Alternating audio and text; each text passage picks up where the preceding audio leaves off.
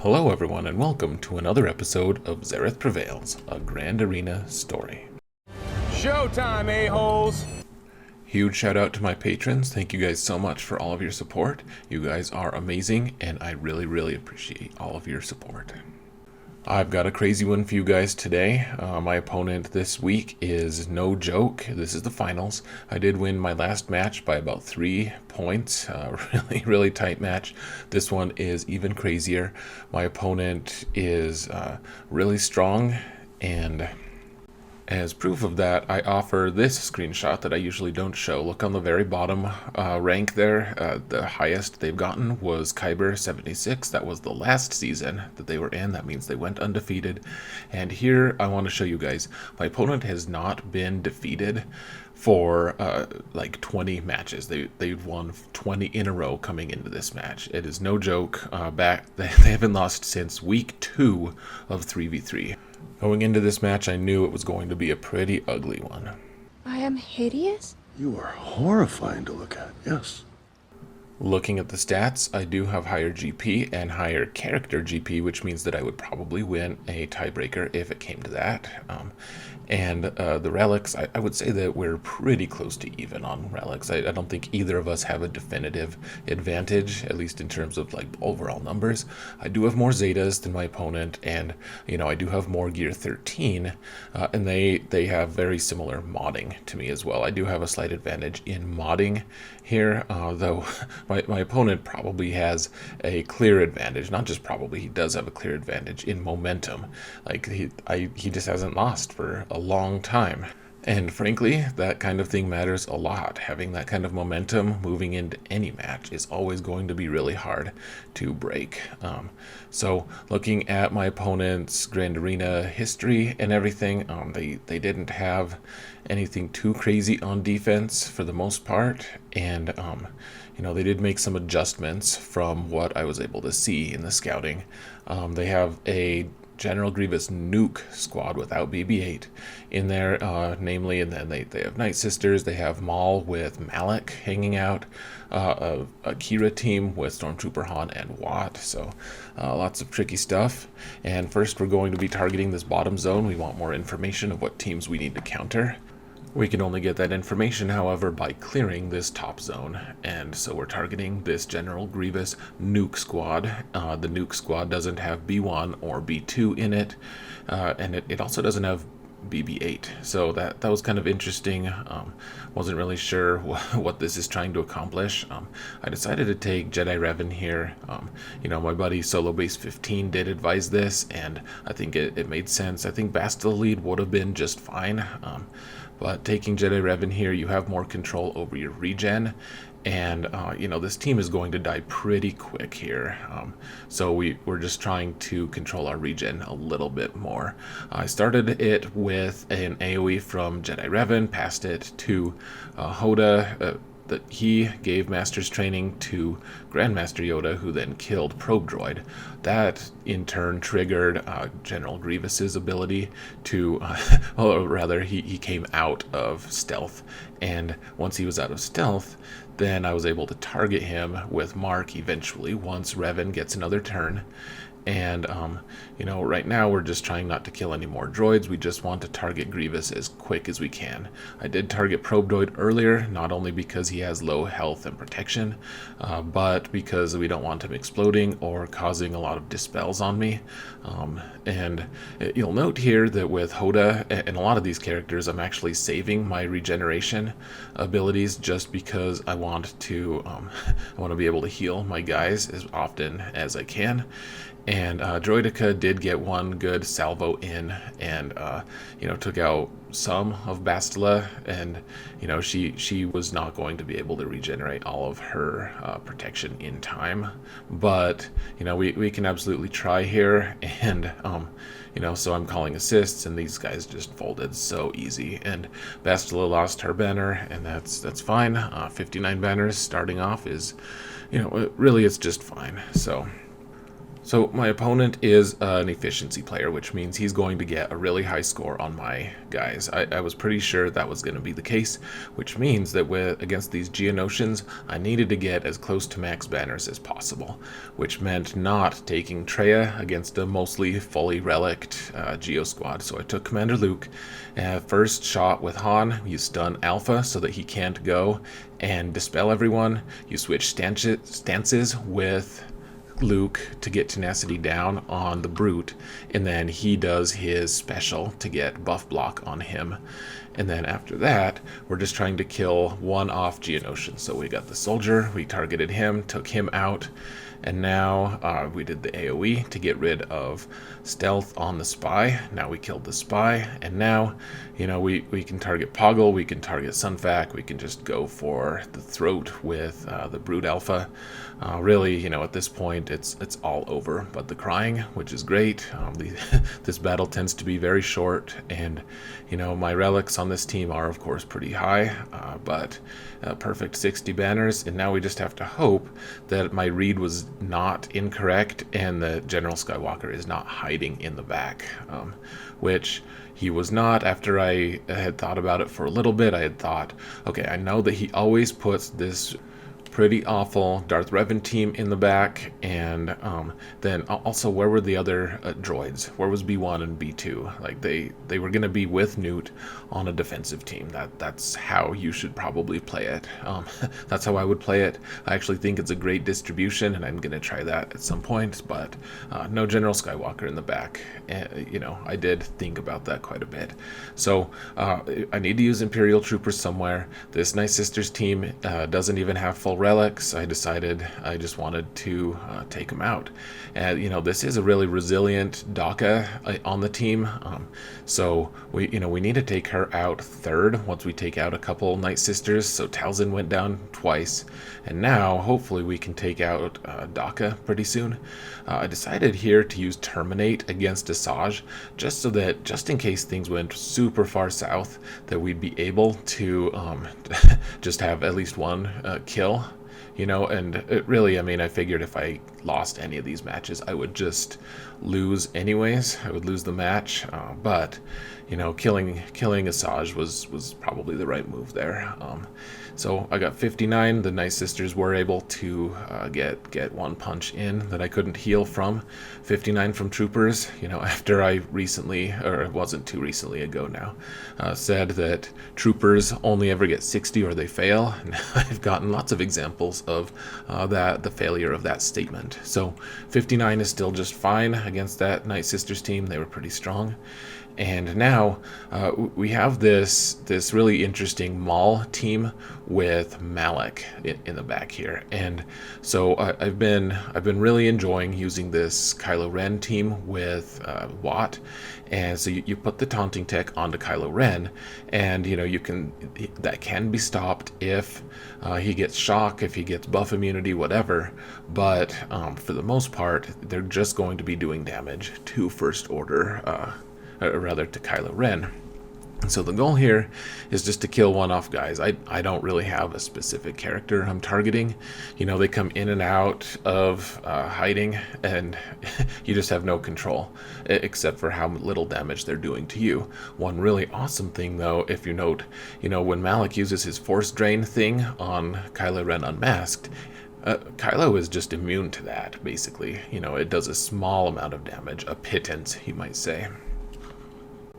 You also mightn't. I often do not say that myself. So, do as you will. But the key here, you're just trying to keep Kylo Ren taunting. You see he has shock, so he's not taunting right now. And so Kylo did get a Force Drain off on Watt, which was unfortunate. Watt is the hardest on this team by far to heal up. And that is what it is, and he's only 6 stars at this point. He's just pretty squishy. He's a great facilitator though, and we're just trying to slowly take these guys out. We took out Shore Trooper. Now we're just doing AoEs to feed turn meter to the rest of the team, stunning Malak when we can, so that he can't be doing his ridiculous things that Malaks do. And over time, this is only relic 5 Malik, but a Relic 7 Malik is not going to be that much more of a threat here. We absolutely can eventually take him out with Executioner. Executioner excels at that. And now we actually killed Malik before any of these others. Usually, when you face a team with Malik, he's the last one to die. But in this case, not. So 59 banners, because Watt is hard to regenerate, and so far I haven't really dropped that many banners at all. In fact, I've dropped 3 total, and I've taken out 4 teams, so all is going pretty well here. We need to take out one more team on the top, and that's where this Traya team comes in. I wasn't specifically trying to find an undersized target, but this was a great opportunity to try to get another banner back. So on paper, this team is really strong. Like you have a Relic Nest, Relic Stormtrooper Han, Watt, who forces the taunt onto Stormtrooper Han, Zalbar, who passively taunts and he regenerates from damage over time, which has synergy with Watt. There's a lot of awesome things going on here, but with Traya, like you can just counter this so easy, and I'll show you guys how to do that. So as you saw, Stormtrooper Han got the taunting tech, which is just fine. We put Isolate on him so that he can't have that buff. And now I had to decide who I wanted to fracture, and I decided Nest was the one who was going to be doing the biggest damage to me. I just wanted to have her gone for a little bit, and the goal here, we're just waiting for Nihilus to get Annihilate off so that we can just kill Nest right away if we can. We did manage to kill Watt pretty quick, which was nice, and now Zalbar is taunting because of his passive taunt, which is annoying. But Sion does already have his super secret ability that lets him revive. And now I thought for a little bit, like, okay, what should I do here? Should I, just punt and wait for a turn? And I decided, no, Zalbar is just always going to be annoying. Nest really isn't that much of an issue, frankly, and you guys will see why in a little bit here, but Zalbar's gone, so there's no more taunting because Watt can't put the taunting tech on anyone, and Stormtrooper Han is isolated unless they're able to kill Traya, which they can't. They don't have the damage here. Then we're just going to be able to do what we want until we either kill everyone or we time out. And so kill Qi'ra because she's got her AoE. She's annoying. She needs to die eventually anyways. There's no reason to keep her. So now we're just trying to get Annihilate for Nest. And once Nest is gone, one nice thing about facing Nest with this team is you just don't have that many buffs to buff her. She gains passively a ton of offense based on her buffs or on the buffs that her opponent has. And so you're not buffing her up. And now we're just facing Stormtrooper Han, who regenerates every time we hit him. He heals. And so now, we eventually need to annihilate him, and thank goodness we have Annihilate because we couldn't really kill him with just damage alone. And Thrawn can just heal everyone slowly over time, so we need to make sure we're paying attention to clock. We need to make sure that a few different factors occur, but in reality, that what we're trying to do here, we're just trying to heal Traya and Nihilus, make sure that Sion is the one who's taunting, we also want to time it so that Sion gets a big hit with his special right before Nihilus annihilates Stormtrooper Han. And the reason for that is Sion is the only one in this group besides Thrawn who can naturally regenerate his protection. And so you see Thrawn, I thought for a little bit about putting the buff or the healing onto Sion. I decided not to, decided to top off Nihilus just in case. And now we put Fracture onto Han so that he can't do more damage. And it's time for Nihilus to do his thing. Oh, I'm sorry. I didn't know how this machine worked. And just like that, we got the Annihilate and 61 pretty easy banners against a squad full of really strong characters. And now we can see what's in the top, rather in the back zone in fleets, and I was surprised to see Negotiator back there. Clearly my opponent has developed some kind of way to take out Negotiators. First, we're going to take out squads, however, and first on the list is this pretty skeleton crew Darth Revan squad, and I decided I have the teams available. I'm just going to take my full Darth Revan squad here, just make sure that I get as many banners as possible. So this is a really fun way to counter this team. You start with shock, and their Darth Revan goes, and then you hit with lightning with Badstila, kill one of them, and then you throw a grenade, and they all die for 59 banners. Okay. You must be so embarrassed! Honestly, I couldn't help but share that one early on. It was just really funny. I showed quite a few people. One of the perks to being one of my Patreons or patrons is having access to my unlisted videos. You guys could have seen that a full day early if you wanted to. That's your choice though. Of course, you get to see it for free now, so good for you. And now we have this final squad here, and this is probably the match that I'm least satisfied with in this match. I took my Padme squad with the Togruta lineup in the back.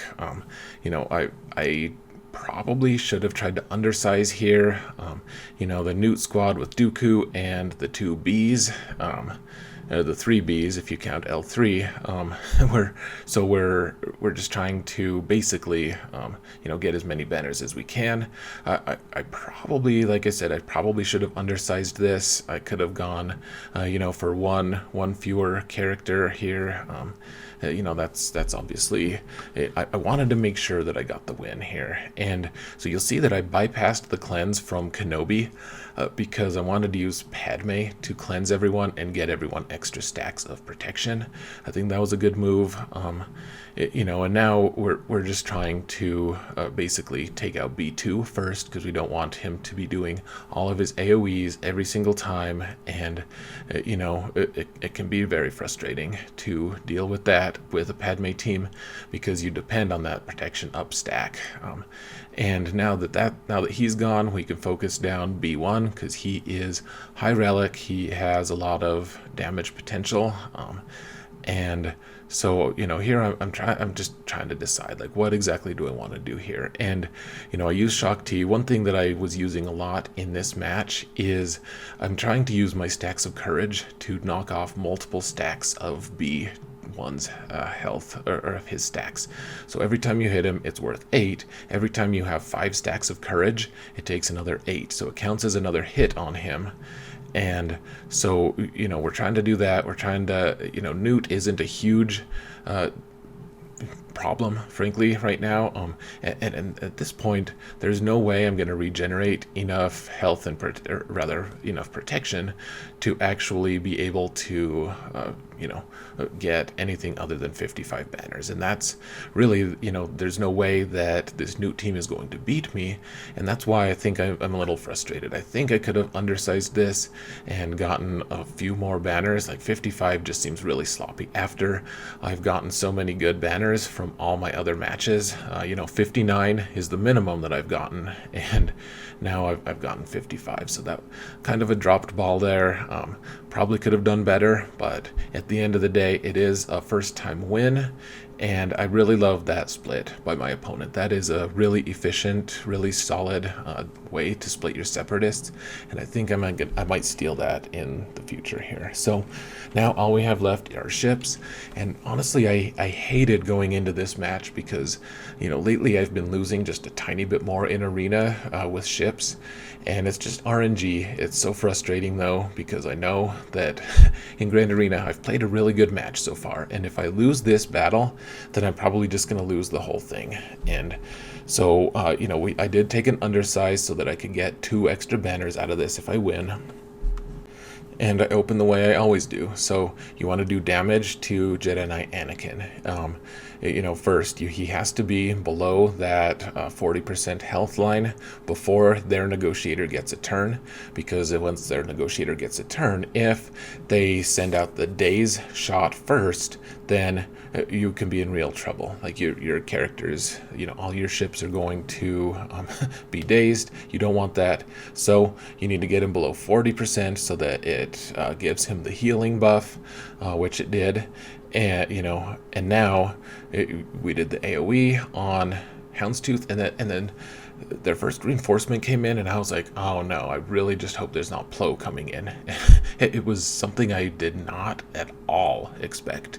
It was the Sith bomber, and I still, I have not done research on it. I have never heard of this. This is really interesting to me, though, because I do have he's not max, but I do have a Marauder that's pretty good. He's relict, and I want him to be max because he's really good at max. So the first priority, though, we take out Anakin because he's the one who can make our day hell if he wants to. And now I wasn't sure. I was like, I don't know the kit, and I'm not going to spend the time to look at the kit of this bomber. I know that every time you hit him, you get grenades attached to you, and I didn't know how much damage that would do. I just knew that, we have to take him out somehow, and if we hit him, he's going to attach grenades. I'm wondering, though, if my opponent did this as a banner stealing technique. If you put enough thermals on someone, it's really hard to predict when those thermals are going to go off, when your turn meter is going to go, and what your turn order is going to be. And so it can steal that last bit of health or protection and just steal banners, because honestly the thing wasn't very effective. Like I was able to take it out, didn't seem to be doing much damage. It did take a few good hits, but otherwise nothing too crazy. And now we're just trying to end this fight as quick as possible. None of my ships have died yet, which is a miracle, and we end with 62 banners, so that's about the best case scenario here. And that was just that was pretty lucky of me. I'll openly admit it. I'm happy to. We all get lucky, and honestly, I needed it against this opponent. He's a really skilled opponent, and at least my ships didn't just completely wreck me. If anything, it was going to be my Padme fiasco of 55. So, anyways, I was feeling pretty happy at this point. You look like Mary Poppins. Is he cool? Hell yeah, he's cool. I'm Mary Poppins, y'all!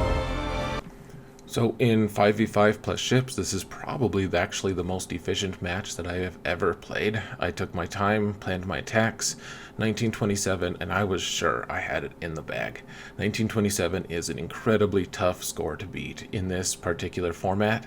So I went to bed, and when I woke up, he had attacked, and 1926. So close. Man, I got the win, but so close.